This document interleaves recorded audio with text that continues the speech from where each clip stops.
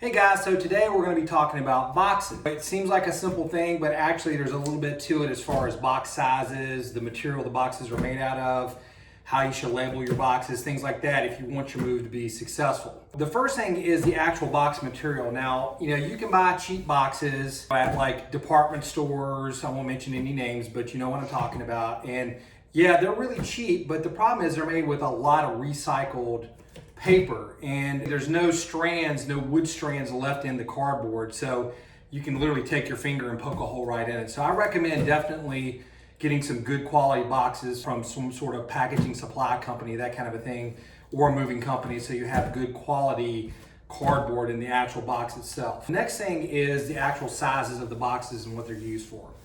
So we have basically, this is a small size box, this is a medium size box. Over here we have what's called a large size box. And then over here we have a dish pack, right? So the differences are how many cubic feet they hold. This is, what they call a book box. A medium box is usually about 3 cubic feet of space. And typically the rule of thumb is the heavier the items, the smaller the box. So you don't want to fill this box or a really large box with super heavy items, especially like books, papers, things like that, right? You want to save those for your smaller boxes. So this type of box is definitely where you want to put your books, your paperwork, anything that's got a lot of weight to it. And as you step up, you will start going with like lighter, but maybe bulkier items. Say in this box, you could put shoes or, other random things. And then when you get up to like a larger box, you may want to go with like lighter things like blankets, pillows, clothing, that type of a thing. The dishes definitely would either go in a dish box or in a small box, and I'll explain that in a bit as well. But typically what we're looking at is fragile items, dishes, breakables, that kind of a thing.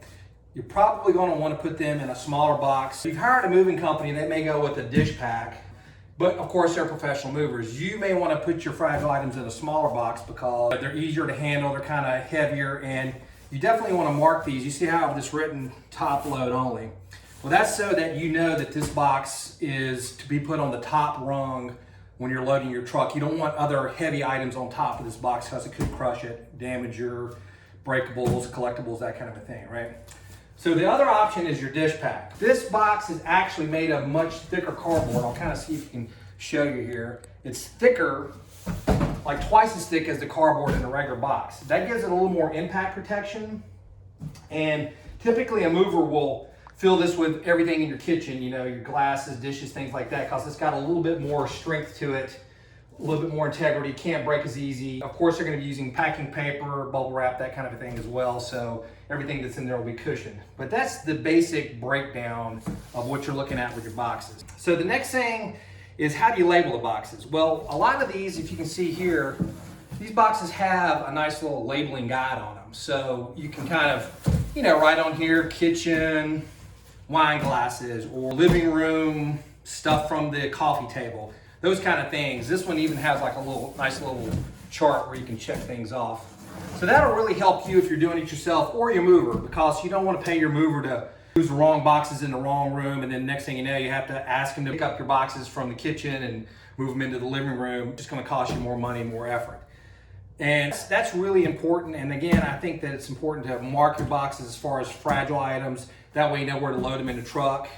And then they're marked per the room and the items that are in there. Once you've got all your boxes in your home and you're finally moved, then you have to start unpacking. You're like, where's this at? Where's that at? What do we do with the checkbook? What do we do with the laptop? All those type of things. And if you have a nice, organized way of marking your boxes, you'll know where to find your stuff once you get finally unpacked. And then the second thing is, of course, put them in the right room. That way you're not moving them twice. So that's it. Good luck. Fairfax Transfer and Storage, 703-550-7974.